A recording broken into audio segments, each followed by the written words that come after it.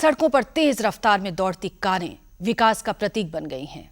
पैदल यात्री और साइकिल सवार के लिए जगह नहीं बची है। जहां जगह है वहां भी अतिक्रमण है। हालांकि सरकार ने सड़कों की रूपरेखा कार, बस, साइकिल और पैदल यात्रियों के हिसाब से ही तैयार की थी, लेकिन ऐसा नजर नहीं आता।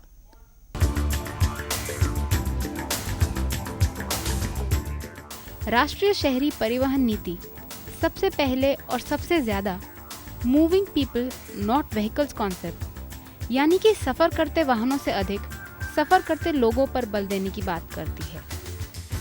The National Urban Transport Policy basically prioritizes investments in public transport, non-motorized transport, that is pedestrianization, cycling, and intelligent transport systems. At present, you find that cars which carry not more than 10% of the total trips occupy more than 90% of the road space. So it talks of equitable allocation of road space.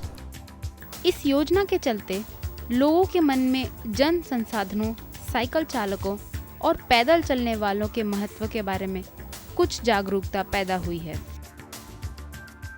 Based on the guidance or the vision provided by the policy, we are focused on two service level benchmarks on pedestrianization and cyclists separately in terms of what kind of width should be there, lighting aspects, delays at junctions. So all those things become extremely important. And when we are talking of cycling network, basically it should provide end-to-end connectivity. And we are promoting public bike sharing scheme under which you may take a cycle from anywhere and can leave it anywhere.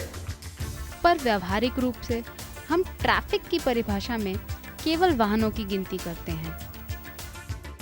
हमारे शहरों की वास्तविक परिकल्पना इन्हीं वाहनों की सुविधाओं पर केंद्रित है।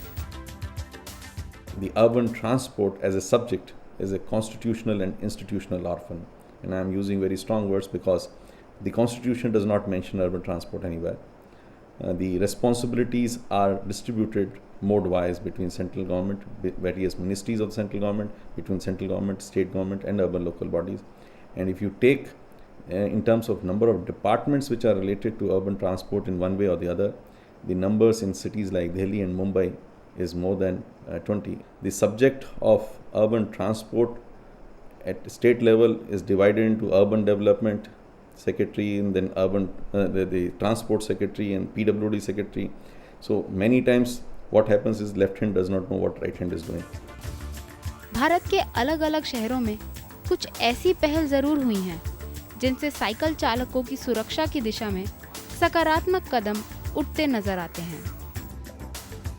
The BRTS projects which have been implemented, so there they have dedicated paths for cyclists, dedicated paths for pedestrians. In fact, in Pune on Lakshmi Road, they had the parking on street, and based on our insistence, they have banned parking, and all those places have been given to pedestrians. So some beginnings are being made. Cyclovia is being launched in Gurgaon. Chennai is taking up a lot of steps for improving cycling. Bangalore, as I mentioned, on Bangalore Metro, the public bike sharing has started. So there are certain beginnings which have been made, but it always takes time. I'm sure that the years of efforts which have been made, they are going to show results in near future. यह धारणा बदलनी होगी कि सड़कें गाड़ियों की निजी जायदाद हैं। सड़कों पर पहला हक साइकिल चालकों और पैदल चलने वालों का है। As far as common man is concerned, with the kind of facilities which are now being provided, they should take pride in going by public transport, pride in going by on foot or on cycle. There is a saying, "जाके पाँव न फटी by वो क्या जाने पीर पर आई." So if you actually want to help the cause, you have to do it yourself. For the car owners, they should have respect for the pedestrians and the cyclists. Many times, once one sits in car, he treats everybody else, especially the pedestrians and cyclists, with contempt. What we as pedestrians, whenever we are pedestrians, we do not like, we should not do it to others. So I think that is a simple message that itself will improve them. सरकार और NGOs में कुछ लोग सड़कों को cycle चालकों के लिए और सुरक्षित बनाने में प्रयासरत हैं। बहरहाल, आपका और हमारा यह समझना ज़रूरी है कि साइकिल चलाना और जन संसाधनों से यात्रा करना शर्म की नहीं, गर्व की बात है। तो वहीं ख़त्म करते हैं जहाँ से बात शुरू की थी। नई गाड़ियाँ ज़रूरी नहीं कि विकास का प्रतीक हों। फ्लाईओवर, फुटओवर ब्रिज ये विकास का प्रतीक नहीं है। ये प्रतीक हैं 10% लोगों की सुविधा के लिए 90% लोगों को नज़रअंदाज करके 100% लोगों का भविष्य अंधकार में डालने की। ज़रूरत है कि हम सब इन विषयों के प्रति और जागरूक हों। एहसास के लिए नई दिल्ली से महिमा वशिष्ठ। तो एहसास के आज के अंक में बस इतना ही। ये अंक आपको कैसा लगा हमें जरूर लिखिएगा। हमारा पता है एहसास, कमरा नंबर 226, टावर बी, दूरदर्शन भवन, कॉपरनिकस मार्ग, मंडी हाउस, नई दिल्ली 110001। आप चाहें तो हमें फ़ोन भी कर सकते हैं। हमारा फ़ोन नंबर है 011-2338-6947। आप चाहें तो हमें ईमेल भी लिख सकते हैं। हमारा ईमेल आईडी है ehsaas@dd.nic.in। तो फिर मिलेंगे एक नई उम्मीद और विश्वास के साथ। तब तक के लिए हमारी पूरी टीम को इजाज़त दीजिए। नमस्कार।